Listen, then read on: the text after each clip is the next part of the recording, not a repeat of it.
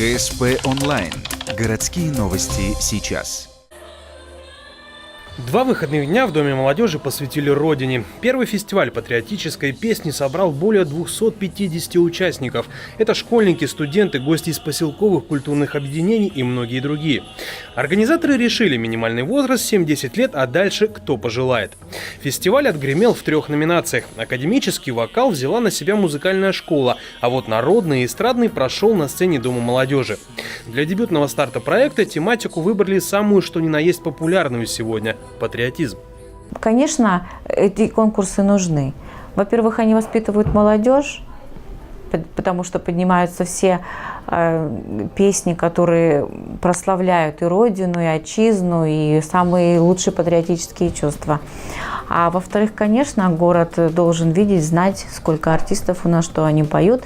Ну, а со стороны режиссера я скажу, что, конечно, мне нужно видеть, какие артисты, что они поют, и что я могу взять уже на празднование, например, 9 мая. Формат выступления не ограничивали. Солисты наравне соревновались дуэтами и целыми коллективами.